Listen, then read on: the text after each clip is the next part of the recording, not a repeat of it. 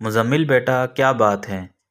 جب سے آئے ہو کچھ الجھے الجھے سے ہو، ممتاز بیگم نے حلیمی سے پوچھا۔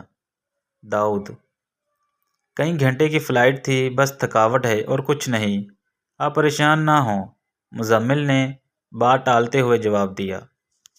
ٹھیک ہے، تم جا کے آرام کرو، کل بارات کے ساتھ بھی تم نے جانا ہے، ممتاز بیگم نے لمحہ بھر کی تاخیر کیے بغیر کہا تھا۔ مزمل نے سنا تو اس نے شکایتی نظروں سے اپنی دادی کو دیکھا۔ دادی کے چہرے پر سنجیدگی بڑھ گئی۔ مزمل بیٹا، میں بلقیس سے وعدہ کر چکی ہوں کہ مزمل بارات کے ساتھ ضرور جائے گا، اس بیچاری کا مان رہ جائے گا۔ داؤد، آپ کچھ زیادہ ہی ماسی بلقیس پر مہربان ہیں، مزمل نے خشک لہجے میں جواب دیا۔ بلقیس کا تجھ پر بڑا احسان ہے۔ مزمل بیٹا، مجھ پر احسان وہ کیا؟ مزمل نے حیرت اور تجسس سے کہا۔ بتاؤں گی، ضرور بتاؤں گی، وقت آنے پر، ممتاز بیگم نے گھائل آواز کے ساتھ کہا۔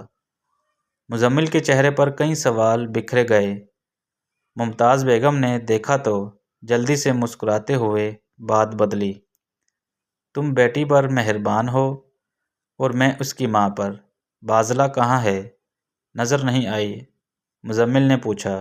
تمہارے لیے رشین سیلیڈ بنانے گئی ہے، ممتاز بیگم نے بتایا۔ داؤد: میں اپنے روم میں جا رہا ہوں، آپ کھانا وہیں بھجوا دیجیے گا۔ مزمل یہ کہتے ہوئے کھڑا ہوا اور چلا گیا۔ اب تک کھانا تمہارے روم میں لگ چکا ہوگا، ممتاز بیگم نے یقین کے ساتھ کہا۔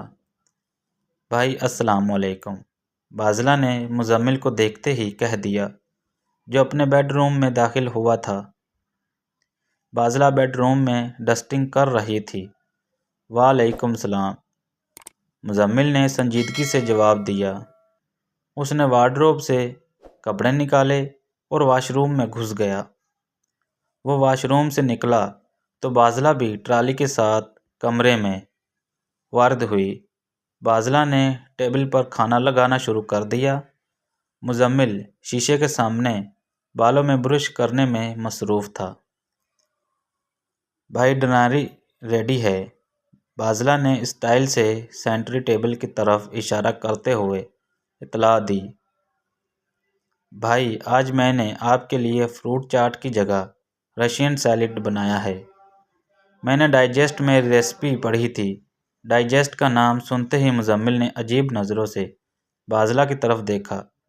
باذلہ نے اپنی زبان دانتوں تلے دبائی اور چور نگاہوں سے ادھر ادھر دیکھنے لگی۔ مزمل نے صوفے پر بیٹھنے کے بعد سب سے پہلے رشین سیلیڈ ہی اپنی پلیٹ میں ڈالا اور کھانے لگا۔ وہ خاموشی سے کھا رہا تھا اور باذلہ مجرموں کی طرح اس کے سامنے کھڑی تھی۔ بھائی سچ کہوں، میں نے پچھلے 6 ماہ سے کوئی ناول، کوئی ڈائجسٹ نہیں خریدا۔ ہاں، وعدہ خلافی ضرور کی ہے، کالج میں سہیلیوں سے لے کر ضرور پڑھ لیتی ہوں۔ آج آپ پکا وعدہ کرتی ہوں، جب تک ڈاکٹر نہیں بن جاتی کوئی ناول نہیں پڑھوں گی، وہ نمل آپی کا ہی کیوں نہ ہو۔ نمل کا نام سن کر مزمل نے گردن اٹھا کر باذلہ کی طرف دیکھا۔ اس نے دل میں سوچا، باذلہ کو نمل حیدر کے متعلق بتاتا ہوں۔ وہ ابھی سوچ رہی تھی، باذلہ فٹ سے بول پڑی۔ سوری بھائی، مجھے پتہ ہے آپ میرے لیے ہی کہتے ہو، آئندہ نمل آپی کا ذکر بھی نہیں کروں گی، آپ کی قسم۔ باذلہ نے بڑی معصومیت میں قسم اٹھائی تھی۔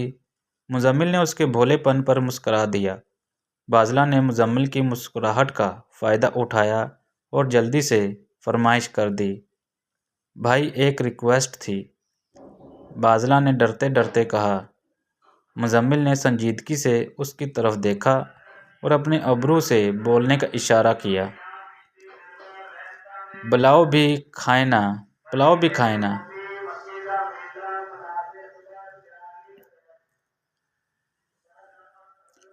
اصل بات بتاؤں، آپ بھی باسط بھائی کی بارات کے ساتھ چلے نا، امی نے سارے مہاراج کے میں مشہور کر دیا ہے کہ ہمارا سیٹھ بھی بارات کے ساتھ آئے گا۔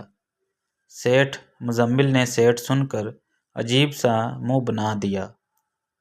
ہم نے مراج کے سب لوگوں کو نام سیٹھ صاحب ہی بتایا۔ اگر آپ نہ گئے تو سارے شریکے میں امی کی ناک کٹ جائے گی۔ باذلہ یوں میں شادیوں میں نہیں جاتا، مزمل نے حتمی انداز میں کہا۔ بھائی آئی نو آپ مجھے بہن جیسی سمجھتے ہیں تو پلیز میری خاطر ہی صحیح، باذلہ نے مود بنانا گزارش کی۔ آپ نے طے کرنا ہے باذلہ آپ کی بہن ہے یا نہیں، جیسی کوئی بیچ میں سے نکال دو۔ نمل حیدر کے الفاظ مزمل کے کانوں میں گونجے۔ مزمل نے چشم الفت سے باذلہ کو دیکھا، پھر کہنے لگا، تم بہن جیسی نہیں بلکہ تم میری بہن ہو تو بہت مشکل ہے، پھر بھی بارات کے ساتھ ضرور جاؤں گا۔ باذلہ کے چہرے پر خوشی کی لہر دوڑ گئی۔ مزمل بھائی، مزمل گاڑی کی پارک کرنے کے بعد بیزار سا اپنی گاڑی سے اترا۔ بارات شادی ہال کے بیرونی دروازے تک پہنچ گئی تھی۔ دلہن کی سہیلیوں نے باسط کا گلاب کی پتیوں سے سواگت کیا تھا۔ ماسی بلقیس اپنے بیٹے کے واری واری جا رہی تھی۔ باذلہ کبھی اپنے بھائی کی طرف دیکھتی اور کبھی مڑ کر مزمل کی طرف دیکھتی، جو بارات ہی کی طرف آ رہا تھا۔ ہے تو ڈف اینڈ ڈم پر خوبصورت اشال نے سرگوشی کے انداز میں ماہم کے کان میں کہا۔ یہ بھی ہائے اللہ، ماہم نے دھیمے لہجے سے کہا۔ وہ مزمل کو دیکھ رہی تھی، اسے اشال کی بات سن کر انتہائی دکھ ہوا تھا۔